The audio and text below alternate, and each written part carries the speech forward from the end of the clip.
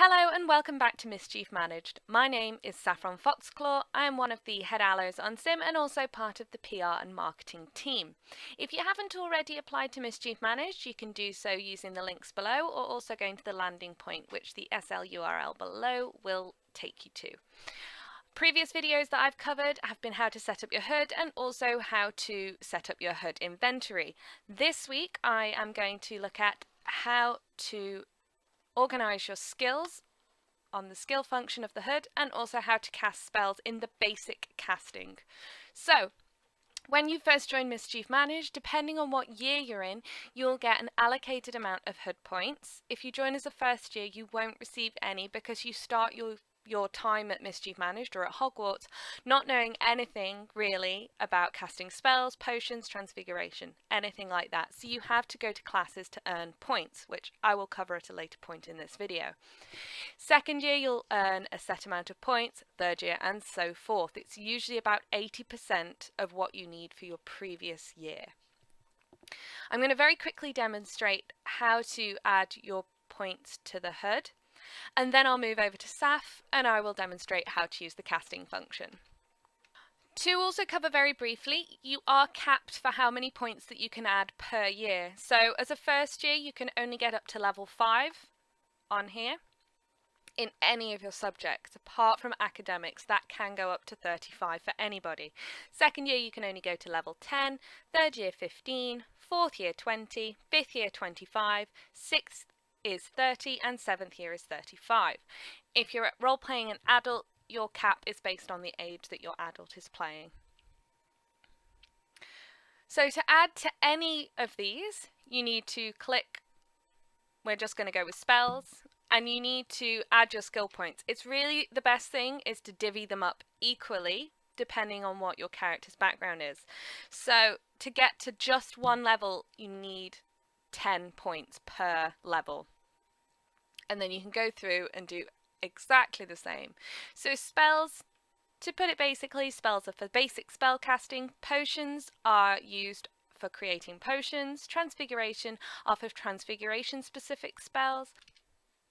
Arcane is the skill that covers divinations, ancient runes or alchemy. Herbology is obviously herbology, magical creatures, covers your care of magical creatures. Academics is a general skill reflecting the knowledge of your character's reading studies and academical knowledge. Its effect is to serve as a boost to all of your skills, so someone who has studied a lot in general might succeed at a spell that they don't have a level for. Academics is necessary. If you raise everything except for academics, you will eventually be unable to perform anything, even if your levels are completely high. So when I started my 6th year, my academics were at 8. I worked very hard to get it up to 30 before I went into my 7th year. It is doable. And as you only have 80% of the points that you need for your previous year, it is doable to get yourself up to that level. We have classes daily, we have multiple classes daily that you can receive your HUD points for. Now I'm going to quickly demonstrate how to receive HUD points. So to demonstrate the spellcasting portion of the HUD, I have switched back over to Saf just because she's got higher skill levels.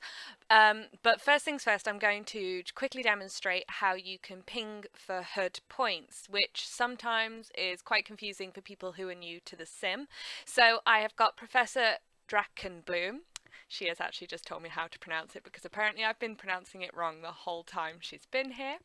What you need to do is the professor needs to be on sim. You will obviously have needed to attend the class. Most professors prefer you to be there for at least half an hour of the full hour if real life gets in the way and such like. But you have to at least have role played twice to be able to receive any HUD points. So it's this button here again, and we press the big star. You won't get the option to do you want to ping as an allo because that's just my function. I'm going to click no, and I'm picking her name out of my list. And if it was only for one class portion, then you click class. You've got the option of class for a double, an event, detention, clubs or groups such as duelling club, homework, Quidditch practice or Quidditch games, and other, which are all dependent on admins or events that are currently going on. So I'm going to click class. And it shows up in this corner saying that points have been requested, and she's been kind enough to give me the skill points. Now, if I've accidentally requested too many HUD points, she can actually remove them from me, from the professor side of things, which she will do after this, so I'm not cheating at all. Thank you again to Professor Drakenbloom for helping me out with that. I'm going to quickly open up the spellcasting function, which is this dot over your house crest. It comes up with all of the functions that you have there, and you use these within classes, or if you're planning to cast a spell on somebody, like if you plan to jinx them and walk away, which as the head girl I definitely do not condone such actions. I've never done that myself, but if you don't plan to use the duelling function, which I will go over in another video for you, then this is what you need to use. So I'm going to go through all of these functions, but I'm just going to use the basic options for the time being. For spells, potions, transfiguration, we have approved Wikipedia lists. So if you go to the main website, we also have it for plants, for herbology, sorry. If you go to the main website, in the top bar you'll see spells list and wiki, and you can scroll down, you can look at the spells list, the transfiguration list, the potions list, and also if you type in the wiki approved, it comes up with all of the options, including the approved plant list. I'm going to include all of these links in the description below as well, just in case. So first things first, I'm going to use a basic spell. As 6th year or above, you get the option to cast your spell non-verbally. They are more difficult to do non-verbal the higher up the spell level. So every single spell is within a level. So I'm going to go basic. We're going to just go with Alohomora. I submit it. I'm going to do it verbally. And as you see, it pops up above my head saying Saffron Foxclaw attempted to cast Unlocking Charm and succeeded. It also pops up into your local chat. And then you need to roleplay your action. So if you use /me/4, you roleplay, for example, Saffron Foxclaw uses her wand, points it at the door and casts Alohomora. The door clicks. You have to roleplay each spell casting. We discourage from casting more than once for one roleplay post. So if you fail, don't carry on rolling. Roleplay your failure. Try again on your next post.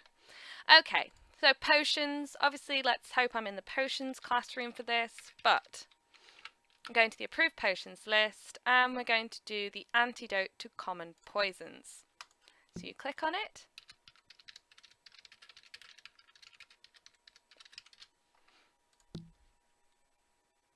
And it again comes up to succeed.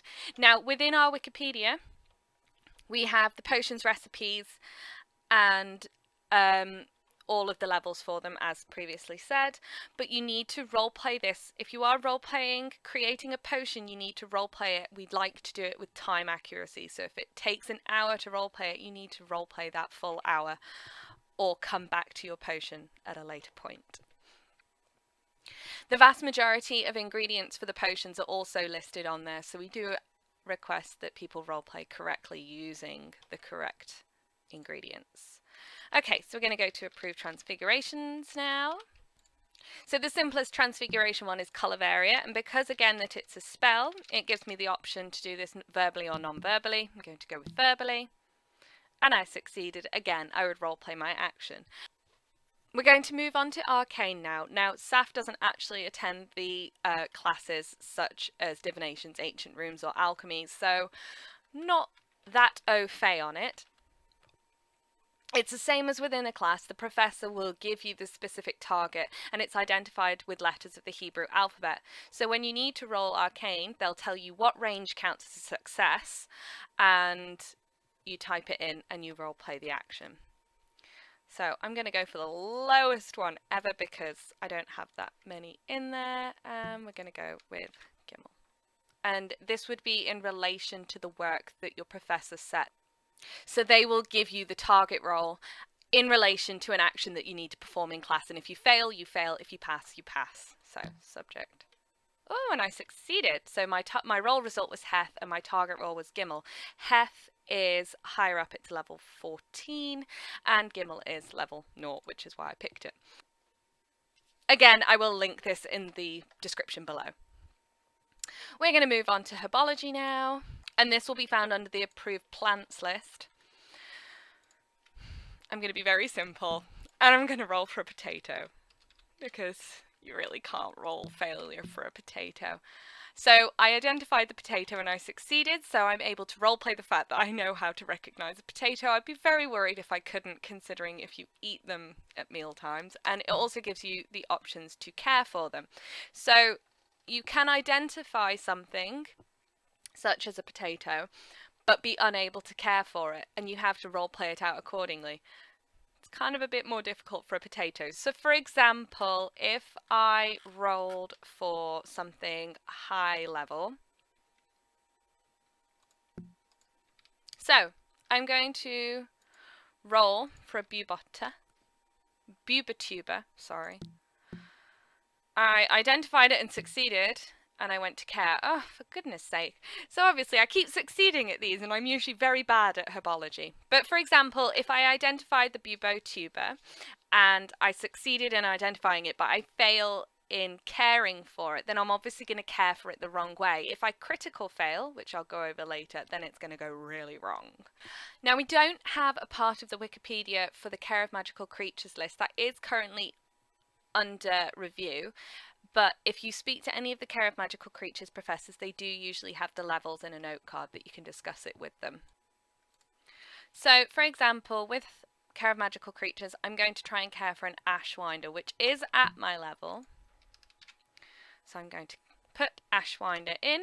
It will give me the chance to identify it, which I did. Now, whether or not I want to care for it is another matter, so I'm going to click on that. And I succeeded with that. But there's always, again, the chance that you fail. I'm going to quickly go over failures and critical failures and resounding successes and successes with you.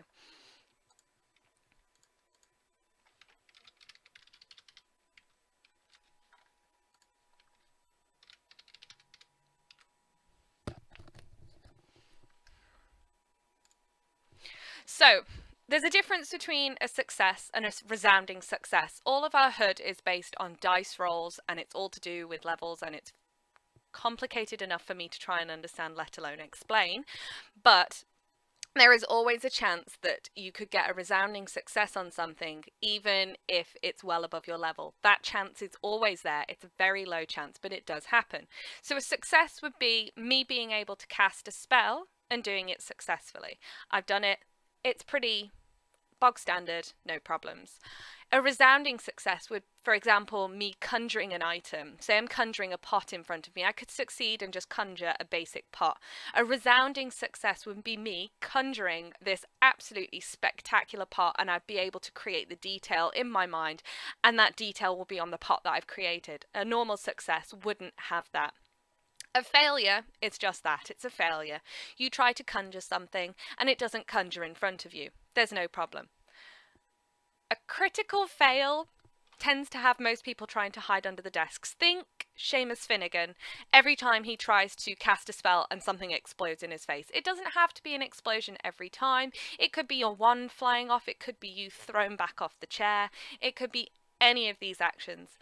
But it's not just a basic failure. It's a failure that's actually affected you. The dodge function used within the dueling function works in different ways, which I'll go over at a different point. But if you're doing basic roleplay, for example, if somebody has done a critical failure and they've exploded something in front of them, you're going to want to try and dodge anything that's flying at you. Or if somebody's aimed a spell at you in the corridor and you want to dodge out of the way of it, this is the function that you're going to use. This is dependent on your fitness levels, which my fitness is at 50%. Some people have it at 100. The higher your fitness, the greater your chance is of dodging, but it's still a low chance. So I've hit the dodge function and I couldn't dodge. Again, if I poke it again. What are the chances that I can actually dodge? Oh, I did get out of 10. 1, 2. One more. So I got 2 successful dodges out of 10. It's a low chance, but you've always got that chance there that if somebody's going to aim a spell at you and you want to get out of the way of it, you need to try and dodge it. I really hope that this video was informative for you. If you have any suggestions for further videos, please don't hesitate to send us a message or comment below. We will try our best to facilitate that, and hopefully I will see you next time. Bye!